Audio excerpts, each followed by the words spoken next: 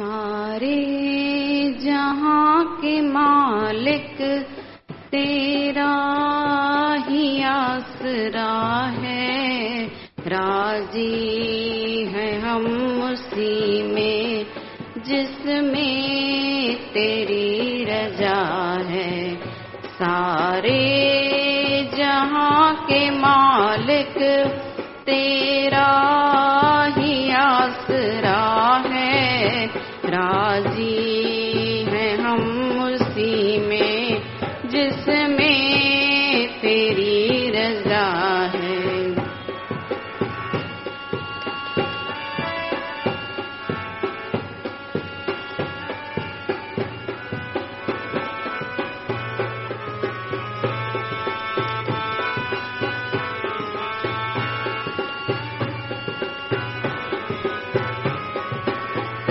हम क्या बताएं तुझको, तुझको सब खबर है, हर हाल में हमारी तेरी तरफ नजर है। हम क्या बताएं तुझको, तुझको सब खबर है, हर हाल में हमारी तेरी तरफ नजर है। किस्मत है ये हमारी जो तेरा फैसला है, राजी है हम उसी में जिसमें तेरी रजा है। सारे जहां के मालिक तेरा ही आसरा है, राजी है हम उसी में जिसमें तेरी रजा है।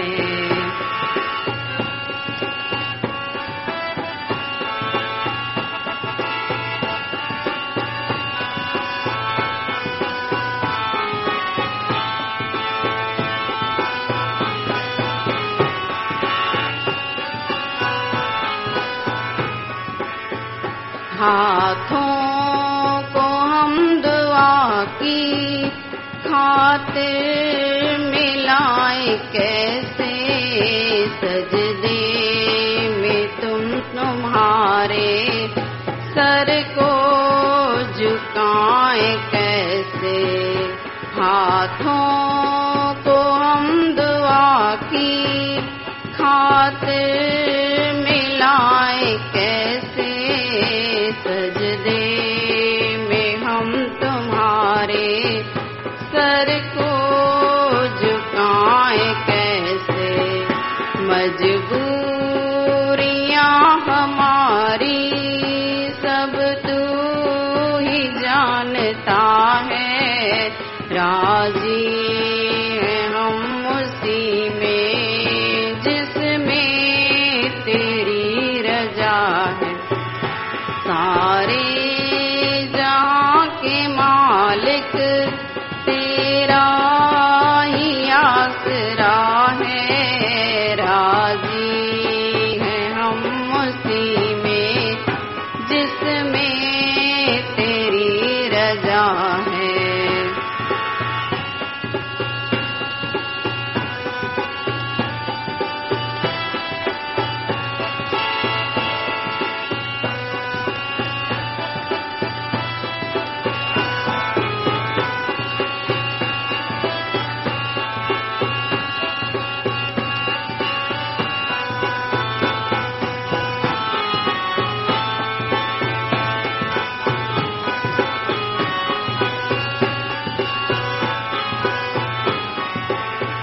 रोकर कटे या हंस कर कटती है जिंदगानी, तू गम दे या खुशी दे सब तेरी मेहरबानी। रोकर कटे या हंस कर कटती है जिंदगानी,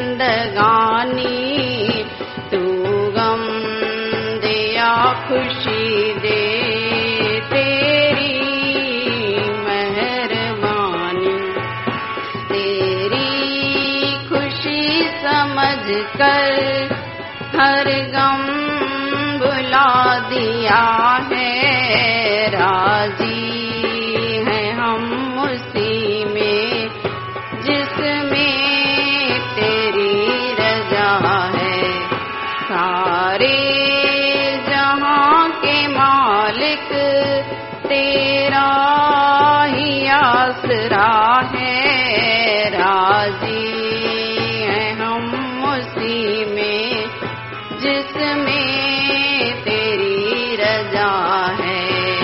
राजी हैं हम उसी में जिसमें तेरी रजा है।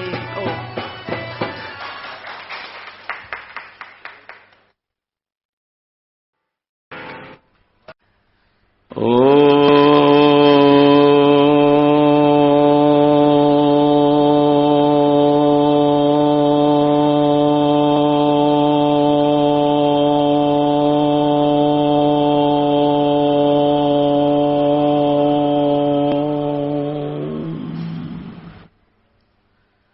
उपत्वा अग्ने दिवे दिवे दोषावस्तर्धिया वयम् नमो भरन्तयेमसि।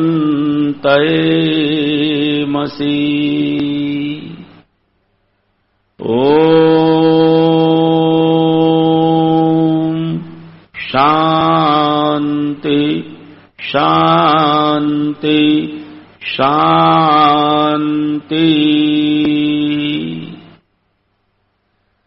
सम्मानित आर्यभद्र पुरुषों, मातृशक्ति, धर्म के 10 लक्षण हैं। धृति, अक्षमा, दम, अस्तेय, सोच, इंद्रिय निग्रह, धी, विद्या, सत्यम, अक्रोध, 10 कम धर्म लक्षणम। धृति, अक्षमा, दम, अस्तेय, सोच, यहां तक की बात हो गई थी। इंद्रिय निग्रह, इंद्रियों को अपने वश में करना। इंद्रिय वश में कैसे होंगे? इंद्रियों को वश में कैसे करें? इंद्रियों में तो बड़े दोष हैं। इंद्रियों को वश में करने का एक तो साधन ये है कि हम इंद्रियों के ठीक ठीक प्रयोग को करना जान जाएं। आंखों का ठीक प्रयोग करना, कानों का ठीक प्रयोग करना, हाथों का ठीक प्रयोग करना। इसलिए जब हम संध्या करते हैं तो क्या कहते हैं? ओम वाक वाक, ओम प्राण है प्राण है, ओम चक्षु चक्षु, ओम श्रोत्रम श्रोत्रम। संध्या में यदि हम संध्या करते हैं ठीक तरीके से तो जो व्यक्ति संध्या ठीक करता है वह व्यक्ति निश्चित रूप से इंद्रिय निग्रह करने में सफल हो जाएगा। चूंकि आप बार बार कहते हो जल से छूते हुए, मेरी वाणी वाणी हो कुवाणी ना हो, मेरे नेत्र नेत्र हो कुनेत्र ना हो, मेरे कान काने बने रहें, खराब बातें ना सुने। और फिर दूसरा है मार्जन मंत्र। मार्जन मैंने धोना, धोना ही नहीं अपितु मांजना। मार्जन मैंने मांजना। जैसे किसी बर्तन को मांजते हैं रगड़ करके तो मांजने से दोष पूरी तरह दूर हो जाते हैं, धोने से पूरी तरह दूर नहीं होते। क्यों जी? आपने गिलास धो दिया, पूरी तरह साफ नहीं हुआ। साफ कब होता है? जब उसे मांज लेते हैं। थाली धोई, पूरी तरह साफ नहीं हुई। थाली कब साफ होती है? जब उसको मांज लेना, इंद्रियों को मांज लेना। भू पुनातु शिरसी, सिर को कहा है, ये जो सिर है इसको खोपड़ी कहा है। क्या है भाई? ये खोपड़ी, इसका बड़ा महत्व है। संसार में सर्वाधिक महत्व तो बुद्धि का ही है। आप जरा सोचो कि एक व्यक्ति अरबपति है, अरबों रुपए उसके पास हो, अरबों रुपए पास हो उसके, बहुत बड़ा रहने के लिए बंगला उसके पास हो, बहुत महंगी गाड़ी है उसके पास हो, बहुत नौकर चाकर उसके पास हो,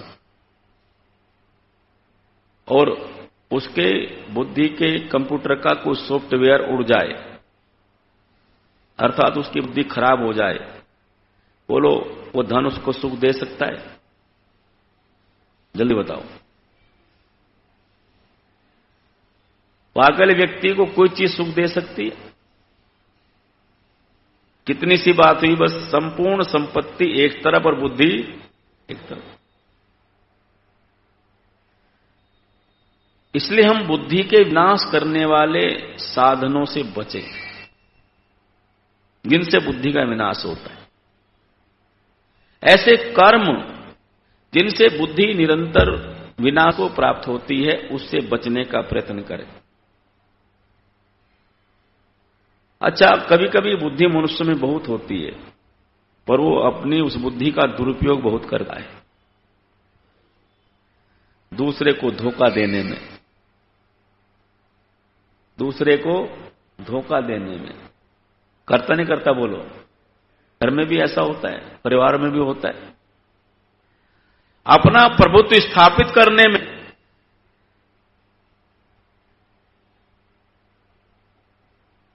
वो बुद्धि का दुरुपयोग करता रहता है, परिणाम कभी कभी अपनी बुद्धि के दुरुपयोग से गलत मार्ग पर भी चल पड़ता है, और कभी कभी देवियों सज्जनों उस मार्ग पर ऐसा चलता है कि फिर वापस आने की स्थिति भी बोलो नहीं रहती। इसलिए अपनी बुद्धि का निरीक्षण रोजाना करो, मेरी बुद्धि कुमार्ग पर तो नहीं है। अच्छा, बुद्धि बिगड़ती किन किन कारणों से है? ऐसे कौन से साधन है, कारण है जिनसे बुद्धि बिगड़ जाती है, बुद्धि खराब होती है, बुद्धि विकृत होती है? तो देखो, सुनो ध्यान से। एक कारण तो गीता में कृष्ण महाराज ने बताया है, क्रोधाद भवति सम्मोह। क्रोध करने से बुद्धि बिगड़ती है। क्या करने से बोलो? क्रोध करने से। किसी को जल्दी जल्दी क्रोध आता हो, बहुत क्रोध आता हो, और दूसरा व्यक्ति उस क्रोध को सहन कर लेता हो, तो सोचता है मेरी जीत हो गई। जीवन में सुनो ध्यान से, ऐसे बहुत बार आता है कि बहुत व्यक्ति सहनशील होते हैं, आपके क्रोध को सहन करने की सामर्थ्य रखते हैं, लेकिन अति होने पर वो भी कुछ न रास्ता ढूंढते ही हैं। कब तक आपको सहन करेंगे बताओ आप मुझे? और आप उसकी कमजोरी मान लो। परिवार में हम कई बार देखते हैं, कोई व्यक्ति यदि नहीं बोलता, शांत रहता है, किस वजह से परिवार ना टूटे, संबंध खराब ना हो, तो हम क्या सोचते हैं, ये कमजोर, इस पर हावी हो जाओ। और हमारा हावीपना हमें दुर्बुद्धि की ओर ले जाता है, गलत रास्ते की ओर ले जाता है। हम अपनी मनमानी करना प्रारंभ कर देते हैं, चाहे स्त्री हो चाहे पुरुष हो। जब मनमानी करना प्रारंभ कर देंगे तो एक दिन क्या होगा, एक दिन आपकी वो गलतियां आपको ऐसी जगह ले खड़ा कर देंगी, ना आप इधर के रहोगे ना आप उधर के रहोगे। अब वो आदमी कब तक सहन करेगा बताओ मुझे? एक समय आएगा वो सहन करना बंद कर देगा, आपसे किनारा कर लेगा, फिर आप ना इधर के ना उधर के। इसलिए ये मत सोचो कि कोई मेरे सामने नहीं बोलता या कोई मुझे कुछ नहीं कहता, मेरे क्रोध को सहन कर लेता है, ये मत सोचो कमजोर है। कमजोर नहीं है वो अपने परिवार को, अपने घर को तोड़ना नहीं चाहता, इसलिए सहन करता है। पिता कमजोर नहीं है, मां कमजोर नहीं है, वो इसलिए कमजोर है, वो ये चाहते हैं कि हमारा परिवार टूटे नहीं, हमारे परिवार की प्रतिष्ठा खराब ना हो, खंडित ना हो। इसलिए आपकी गलत बात को भी बोलो स्वीकार कर लेते हैं, समर्थन कर देते, कोई बात नहीं। आपकी गलतियों को इसलिए नहीं वो इग्नोर करते कि आप बहुत बढ़िया हो, इसलिए इग्नोर करते हैं, इसलिए वो ध्यान कम देते हैं। भाई कोई बात नहीं, 19-20 होकर के भी घर ना टूटे, जहां तक सीमा है वहां तक श्रेष्ठ पुरुष उस सीमा तक परिवार को बचाने का प्रयत्न करता है, समाज को बचाने का प्रयत्न करता है।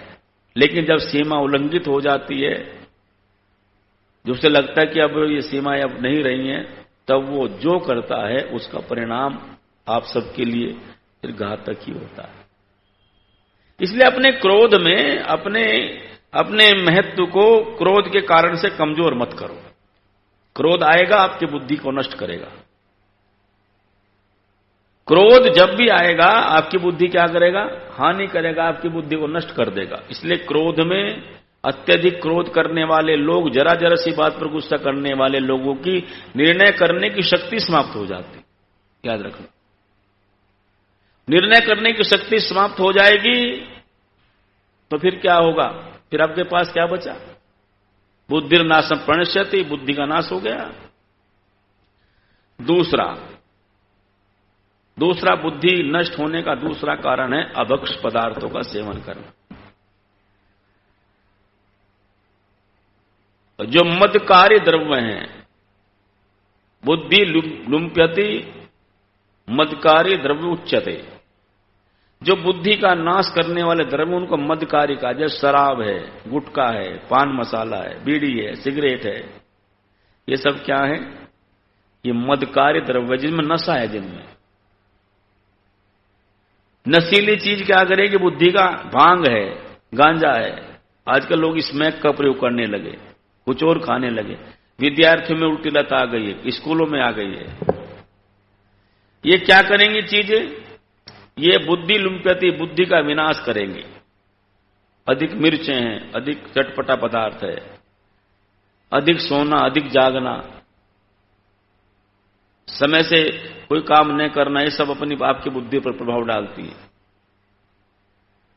इसलिए कहा बुद्धि यदि ठीक हो जाती है तो आपका जीवन ठीक हो जाता है। ये जब बुद्धि है, खोपड़ी है, मस्तिष्क है, ये सबसे ऊपर लगाया भगवान ने। सबसे ऊपर है ना, तो बुद्धि का स्थान क्या है? सबसे ऊपर, सर्वोपरि बुद्धि जीवन में।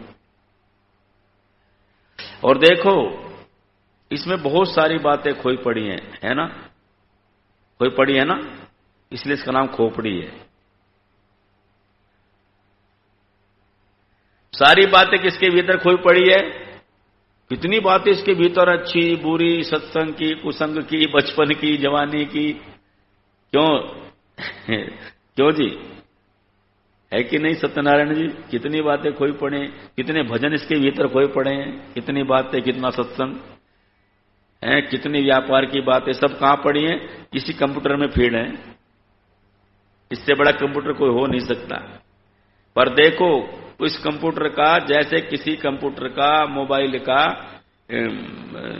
एक कोई फंक्शन हो जाए खराब, उसका सारा डाटा खत्म हो जाता है।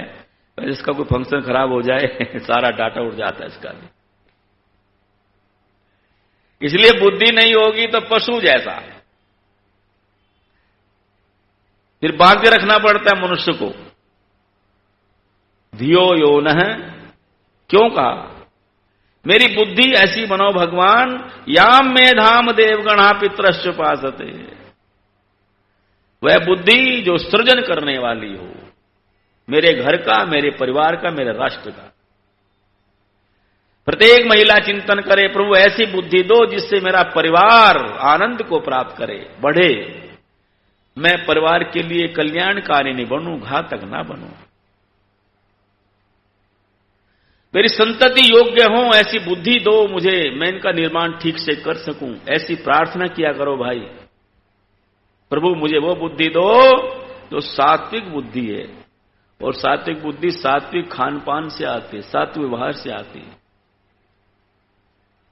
इसलिए बार बार हम प्रार्थना करते हैं भगवान से, प्रभु मुझे मेधा बुद्धि वाला बना दो। मेधा, निर्णय करने की सामर्थ्य मेरे भीतर दो। इसलिए सत्संग करने से क्या होता है? बुद्धि का विकास होता है। बुद्धि ज्ञाने न शुद्ध्यति, बुद्धि ज्ञान से शुद्ध होती है।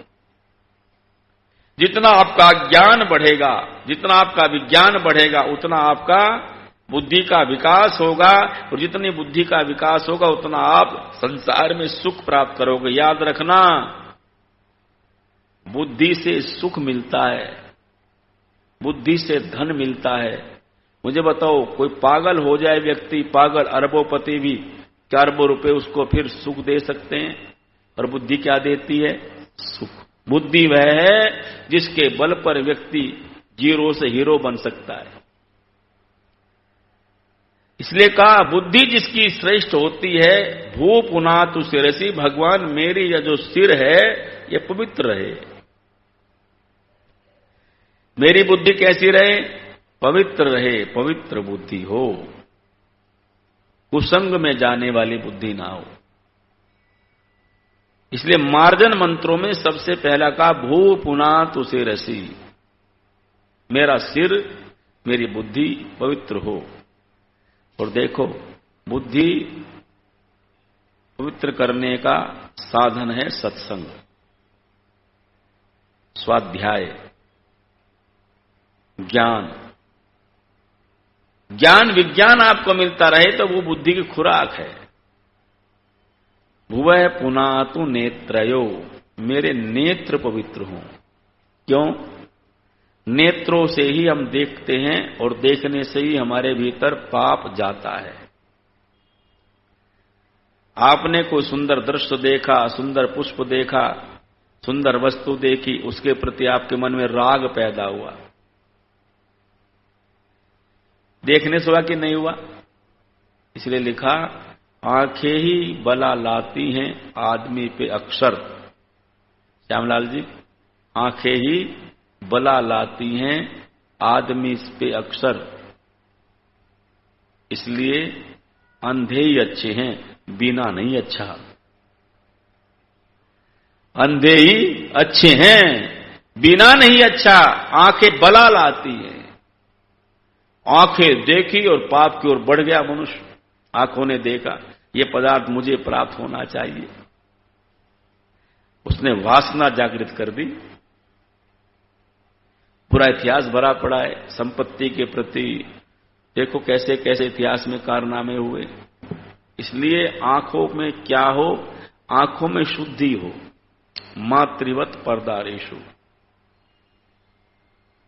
हम जब किसी बहन बेटी को देखे, किसी सुंदर स्त्री को भी देखे, तो हमारे चित्त में मातृवत परदारेशु, मां के प्रति जो भाव है वो भाव हमारे मन में आ जाए। देखो, महापुरुष उन्हीं को कहा है जिनके इंद्रियों में दोष नहीं होता। शूर्पणखा गई राम के पास, मौसम पुरुष न तोसम, मौसम तोसम पुरुष न मौसम नारी, ये संयोग रचा विधि विचारी है राम। तुम्हारे जैसा पुरुष नहीं है संसार में। अभी मैंने बहुत पुरुषों को देखा, तुम्हारे जैसा नहीं मिला। और मैं भी कब सुंदर नहीं हूं, मैं रावण की बहन हूं, ये सारा साम्राज्य मेरा है। खरदूषण मेरे भाई यहां रहते हैं, मैं इस क्षेत्र की अध्यक्ष हूं, ये सारा क्षेत्र रावण ने मुझे सौंप दिया है, ये मेरे साम्राज्य में है जहां बैठे हो। वो रावण की बहन विधवा थी, उसके पति का देहांत हो गया था। उसकी आंखों में तो काम है, लेकिन राम की आंखों में पवित्रता है। क्यों? राम का अंतःकरण पवित्र है। राम के भीतर संस्कारों का इतना बड़ा पुंज है कि उस संस्कार को कोई मलिन नहीं कर सकता। उनकी आंखें इतनी पवित्र है राम की। राम कहते हैं, देवी तुम जैसी स्वच्छ स्वच्छंद विचरण करने वाली स्त्री को मेरे से क्या प्रयोजन? मैं तो अपने पिता के आदेश में 14 वर्षों के वनवास पर निकला हुआ हूं। तुम मुझसे क्या सुख प्राप्त कर सकती हो? और फिर सुनो, मेरी पत्नी भी मेरे साथ है, तुम सोच का कष्ट कैसे सहन कर सकते हो? और फिर तीसरी बात यह है कि हम आर्य हैं, और आर्यों के बारे में तूने नहीं सुना है। हम आर्य हैं, फिर एक नारी व्रत रखते हैं, अपनी को छोड़ के औरों को माता या बहन समझते हैं। तुम कहीं की किसी प्रदेश की हो, रावण की बहन हो, किसी की बहन हो, मुझे इससे कोई लेना देना नहीं है, पर सीता को छोड़ करके दुनिया की सारी स्त्रियां मेरे लिए मां और बहन के सदृश ही हैं।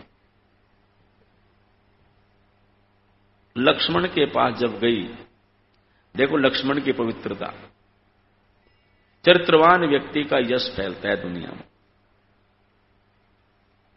लक्ष्मण ने कहा, माता जी नमस्ते, ऐसे हाथ जोड़ गया। अब ये बोली है, ये तो पक्का बावड़ा है, इससे पागल आदमी कौन होगा। इतनी सुंदर स्त्री को जो परिणय निवेदन लेकर के पहुंची है, उसको मां कह रहा है, मैं गढ़ लंका में वास करूं, मैं गढ़ लंका में वास करूं, तुम वन वन फिरते हो ब्रह्मचारी, मिलना ना हुआ परिचय ना हुआ, को किस विधि लागी मैं मात तिहारी। लंका में रहने वाली रावण की बहन, तुम वन में रहने वाले वनवासी, मेरा तुम्हारा कभी परिचय नहीं हुआ, कभी मिले नहीं, तो आपने किस भाव से मुझे मां कह के संबोधित किया है। क्यों कहा मां? ये आस लिए पत्नीपन की, ये आस लिए पत्नीपन की, मम भ्रात समेत तु जब ही पधारी, तब से ही सुन निशाचरी, सियासम लागी हो मात हमारी। ये आस लिए पत्नीपन की, मम भ्रात समेत तु जब ही पधारी, मेरे भाई के पास अपने मन में उनकी पत्नी बनने की कामना लेकर के जिस समय तू आई थी, तब से तू हमारी मां के समान हो गई है। क्यों? हम अपने बड़े भाई की पत्नी को मां ही मानते हैं। इसलिए जब राम लक्ष्मण जाने लगे वन में, तो कौशल सुमित्रा ने उपदेश दिया, तात तुम्हारी मां तो वैदेही, पिता राम सम सदा स्नेही। हे लक्ष्मण, तुम वन में जा रहे हो, मुझे छोड़ करके जा रहे हो, मैं तुम्हारी मां हूं, तुम्हें मां आज से तुम्हारी दूसरी मां तुम्हारे साथ है। तात तुम्हारी मां तो वैदेही, ये सीता तुम्हारी मां है। पिता राम सम सदा स्नेही, दशरथ के समान तुम्हारे पिता हैं। और जहां राम अवध निवासु, जहां भानुते दिवस प्रकाशु, जहां राम निवास करेंगे उसी का नाम अयोध्या है। ये संस्कार जब प्रगटीभूत हमारे जीवन में होते हैं, तो हमारा जीवन महापुरुषों के आदर्श पर चलने वाला बनता है। सीता का हरण किया रावण ने, तो सीता रावण की कैद में है। रावण ने पुष्प विमान पर बिठा लिया सीता को, छटपटा रही सीता, आकाश मार्ग से उड़ गया रावण तो उस पर विमान को लेकर के। देखो उस समय विमान थे सबके पास, इसलिए कह रहे हैं दरिद्र लोगों घर में विमान थे। तो रावण का पुष्पक विमान तो प्रसिद्ध है, उसका नाम पुष्पक था। सीता छटपटा रही है, वो जाई गई जब किष्किंधा के ऊपर से उड़ा विमान, तो उसने देखा सीता ने नीचे कुछ लोग बैठे हैं। सुग्रीव बैठे थे अपने मंत्री परिषद के साथ, हनुमान जी आदि के साथ। तो सीता ने बहुत बुद्धिमानी की। देखो आपत्ति काल में भी बुद्धि बड़ा काम करती है। राम को कैसे पता चले मैं किस दिशा में गई हूं? उस समय टेलीफोन नहीं थे, कोई और साधन नहीं थे, कोई चिट्ठी पत्र नहीं डाल सकते थे, कौन लिखने देता। तो अपने आभूषण उतारे, कान के और नाक का और गले का जो आभूषण सीता ने पहने थे, उन आभूषणों को अपने साड़ी के पल्लू को फाड़ करके उसमें बांध दिए, और बांध के जहां बैठे थे सुग्रीवादी उनके ऊपर डाल दिए, उनको प्राप्त हो गए। जब राम सीता खोज करते करते किष्किंधा पहुंचे, सुग्रीव से मित्रता हुई, तो सुग्रीव ने आभूषण सामने कर दिए। देखना ये क्या सीता के आभूषण है। तो राम ने देखे सीता का आभूषण थे, आंखों में आंसू आ गए, आंखों में पानी भर आया, और आंखों में पानी भरने की वजह से ठीक नहीं दिख रहा है। लक्ष्मण की ओर किया आभूषण, लक्ष्मण देखना क्या सीता के ही है, तुम पहचान कर लो इनकी। न में जाना में केयूरे, न में जाना में कुंडले। भैया ये मेरी पहचान में नहीं आते, इनका दर्शन मैंने कभी नहीं किया, क्योंकि ये मुझे ऐसा लगता है ये सीता माता के चेहरे पर पहनने के आभूषण है। कान में पहनने के आभूषण है, गले में पहनने के आभूषण है। मैंने कभी माता का चेहरा ठीक से नहीं देखा। मैं तो पैरों की पाजे पहचान सकता हूं, पैरों के बिछुए पहचान सकता हूं। प्रतिदिन मैं नमस्कार करने के लिए जब उनके चरणों में जाता था तो मेरी दृष्टि नीचे ही रहती थी, आंखों में दोष नहीं आए, मेरे नेत्र पवित्र हो जाए। नेत्र शिवाजी महाराज के सामने गौरबानु को ले गए, बड़े खुश हुए सैनिक कि देखो हमने ये जो सेनापति है इसकी पुत्र वधू को हमने गिरफ्तार कर लिया है। शिवाजी बड़े खुश होंगे, उसको संदूक में बंद करके ले गए और गौरबानु को वहां खोला, आपके लिए लेकर के आए हैं। शिवाजी क्रोधित हो गए सैनिकों पर, मूर्खों तुम्हें पता नहीं है मेरी मां कौन है। मेरी मां ने ये कहा है दुनिया की सब स्त्रियां तेरे लिए मां ही तो हैं। और कहा बहन बेटी तो चिंता करने की आवश्यकता नहीं है, तुम किसी दुश्मन के घर में नहीं हो, तो अपने पिता के घर में। चरित्र दूसरे लोग उस संस्कृति को मानने वाले वो सबकी मां बहन बेटी को अपनी बहू बनाने के लिए तैयार रहते, अपने रखेल बनाने के लिए तैयार रहते। मोहम्मद गजनवी ने जब भारत पर आक्रमण किया तो सोमनाथ के मंदिर को तो लूटा ही, हमारी बहू बेटियों को भी लूट के ले गया। और वहां लिखा दुख्तर हिंदुस्तान 2 दिनार, भारत की लड़कियां भारत की औरतें 2 दिनार बेच दी ले जाकर के। हमारे किसी राजा का ऐसा इतिहास नहीं है जिसने किसी दूसरे की बहन बेटी की बेइज्जती की हो। बताओ कोई हो इतिहास? किसी का नहीं है, एक राजा का इतिहास नहीं है। शिवाजी कह रहे हैं तो चिंता मत कर, तो अपने पिता के घर में आई है। और उसको ससम्मान वापस किया। उसके पति ने उसको कहा कि तू मेरे शत्रु के घर में रह करके आई है, ये और वो 100 बात उसको सुनाई। उसने कहा देखो मैं तुम्हारी पत्नी हूं, तुम मेरे सुहर हो, मैं तुम्हें तो कुछ नुकसान नहीं पहुंचा सकती, अभद्र शब्द भी नहीं कहूंगी, पर मैं अपनी जान जरूर दे सकती हूं। ये तुमने शिवाजी के बारे में दोबारा कुछ ऐसी बात कही तो वो इंसान नहीं है, वो देवता है, वो फरिश्ता है शिवाजी। क्यों? तुम्हारे जैसे भेड़िए किसी की भी बेटी को मां को कुचलने को तैयार रहते हैं, शिवाजी तो वो है जो शत्रु की बेटी को भी बहन को भी मां समझ कर बेटी समझ कर संबोधित करता है। इसलिए चरित्रवान व्यक्ति की सर्वत्र पूजा होती।